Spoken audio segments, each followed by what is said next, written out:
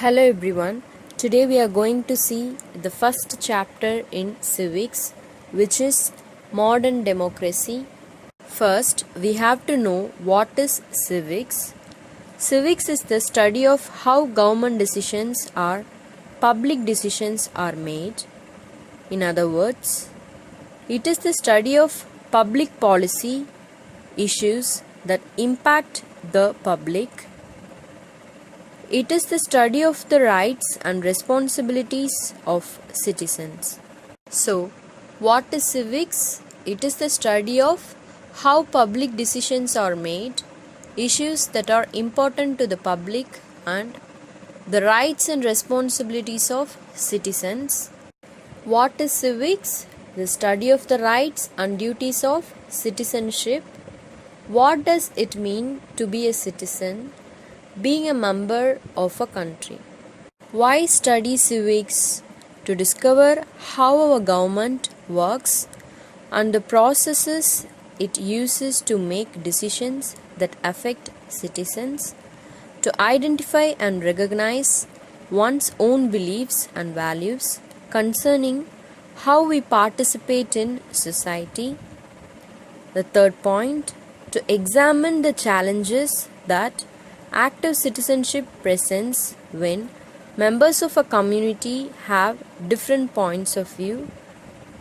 And the fourth point is that to develop critical thinking with regards to what it means to you to be an active citizen. Synopsis of the lesson. In this session, we are going to see the following topics. The first one is introduction. Then the second one is forms of government. Under this, we have monarchy, dictatorship, and democracy. Let us recap why every country needs a government. To understand this, let us take the example of a family. A family needs a place to live which is secure. It should have a kitchen to cook food. The basic facilities like water, electricity, toilets, etc. It should have security from theft and weather elements. It has a set of rules such as time to eat food, who will do what, and so on. The parents usually ensure that the rules are followed by everyone. These rules are not written down as family is a small unit and everyone understands each other. In the same manner, the country also needs a safe environment, infrastructure like roads, railways. Here we can see the pictures of roads and railways, electricity and water supply systems. Here we can see the pictures of electricity and water. They also have to have a set of rules which are to be enforced. Enforced means compulsory. All this is done by the government of a country. First, we have to know what is government. Government is the ruling authority for a community. Here, authority means the power to direct the actions of people. It has the power to make laws, enforce laws. Here, enforce means to make people obey a law and make decisions for the community.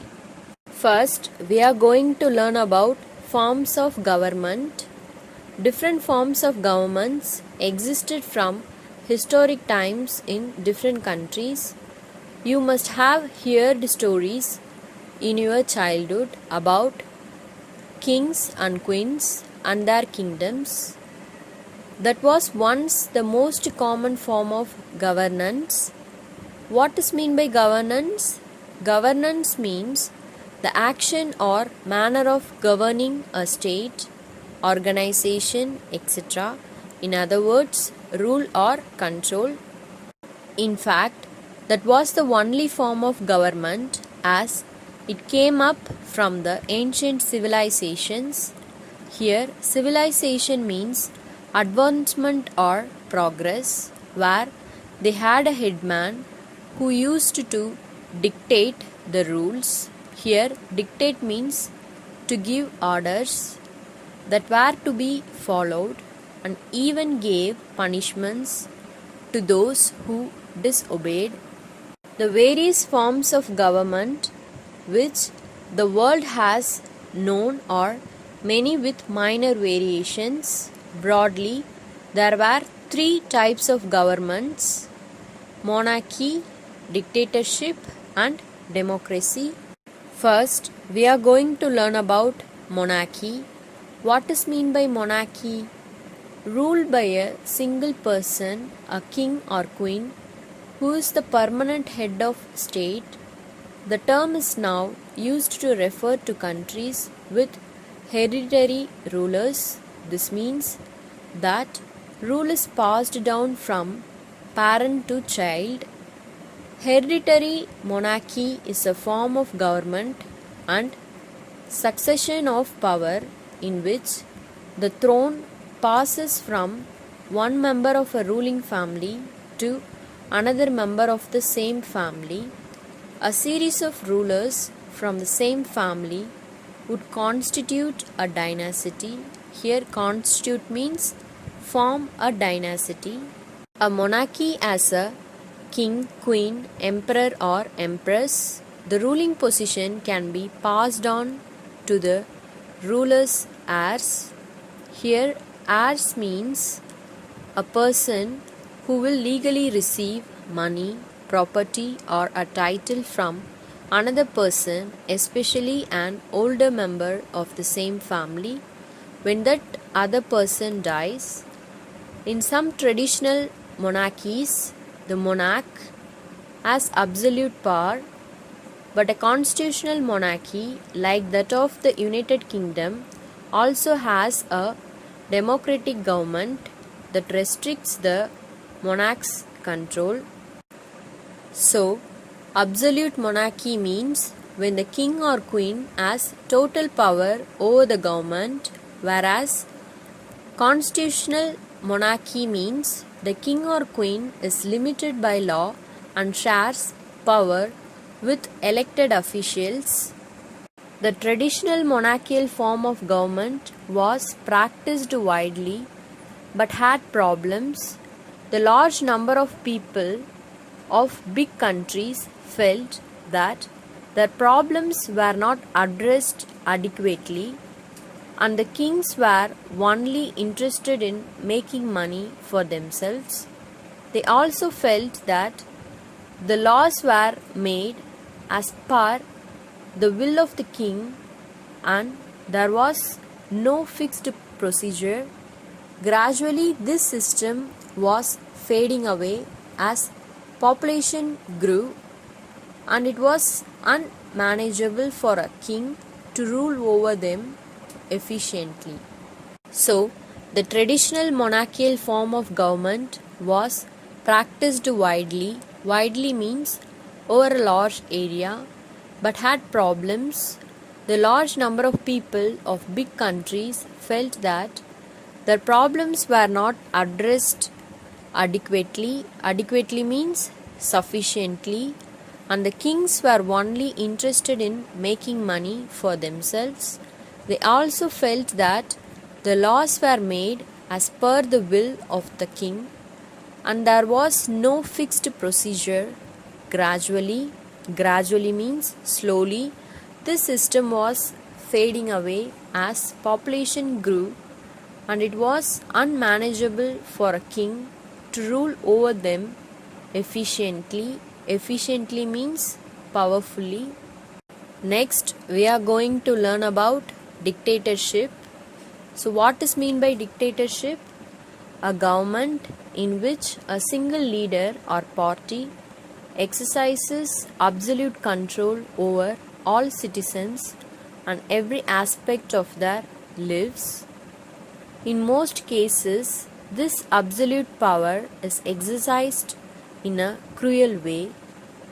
In other words, a dictatorship is a form of government where one person or political party has the power to do whatever they want. The ruler is called a dictator. A leader takes control over the government and has total power. For example, Nazi Germany under Hitler. So, in dictatorship, a country is ruled by a single leader. The leader is not elected and may use force to keep control.